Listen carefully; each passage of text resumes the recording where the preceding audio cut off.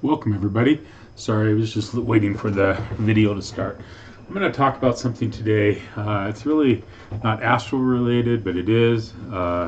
It's something that I'm a proponent of pretty big, and it's what to do when you got to go number 2 out of the desert, or even number 1. Number 1's a little easier for us guys, right? But just going to have a frank conversation today about what you need to do when you need to go number 2. You can see on the picture on the screen, there is a picture of a toilet that is just a can that you can buy at Walmart with goes on the lid with a wag bag and toilet paper.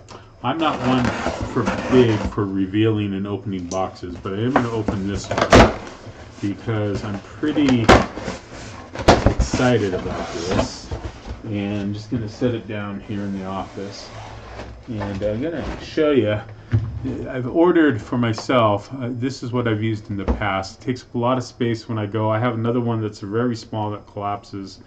It sits so low it makes it very hard to use comfortably. So what I've done for privacy, because I'm going to start camping overnight and stuff, and nature calls sometimes, I'm going to get this privacy tent. It's a privacy shower tent. It can be a dressing room, portable toilet stall. And especially with some of the things that I'm going to be doing with outreach with people, I want people to be able to have access. So I've done that. The other thing I've done is this right here. I've purchased. This, as you can see, is that toilet right there. It is nice and brief. We will open it up. And I'm not going to assemble it or anything right now, but I just want to show you the size. Okay, I'm about 6 foot, about 230, 220, somewhere in there, varying right now. And you can see it comes with the bag, holds it, it has the seat, and it has the toilet. And the toilet folds up and folds out. It will hold up to a 400-pound person. So I have a friend who has one of these, and it works really well. And so also ordered some extra wag bags for it. So we'll just kind of stick that with this in here. And I am ready when I go to the desert, if I spend time over, to be able to do what I need to do out there, so to speak. And so now that that box is done, we're going to just shove that over there. I'll get rid of that in a few minutes. So it's probably, like I said, and I wrote here, it's an unusual post to do, but here in Utah, I spend about 80% of my time observing in the desert, probably 20% up in the Uinta Mountains, but that's only in the summer, just because I'm going to wait for the snow to melt, and so it's usually I'm out in the desert, fall, late fall, all through winter, all through spring, until the snow melts up high. And this year is a little different. We haven't had a ton of snow. There is snow up there, but not a lot. So we'll see if we get more snow in the next couple months. Hopefully we do. We need the water. But because I'm out in the desert, there's some reasons why. When I was younger, when I grew up in the Bay Area of California, San Francisco Bay Area, the East Bay, I went backpacking a lot up in the Sierras. And when we backpacked up there, we always checked, but most of the places we go, we could take a trowel and dig a 6 to 8, we usually went down 8 inches, do our business, cover it up, good to go. It's called a cathole. But in the desert, when you're in the desert of the West, whether it's Utah, Nevada, Arizona, New Mexico, California, Oregon, Washington, anywhere where there's a desert, Idaho, Wyoming, Colorado, any place where there's a desert climate, the problem is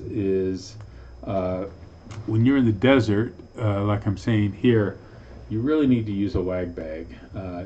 Some areas you can dig that cat hole, but when you go number 2, but you always, no matter what, we always, like when I was younger, we packed out the toilet paper. Animals, raccoons, coyotes, bears actually, deer will get into toilet paper. They're amused by it. They're attracted to human waste because we usually have a rich diet, and they will go after the waste, kind of not to be gross, but they will. And it's not healthy for them. So Toilet paper is very unhealthy. Make sure you have a double Ziploc bag. Usually works great. You're not going to get a smell from that. When you get out by garbage that's landfill based, it's going to go to the landfill. You can dispose of your wag bag and your toilet paper there as well. But the arid climate of the desert lacks the moisture and the organic soil bacteria to break down rapid composition of human waste.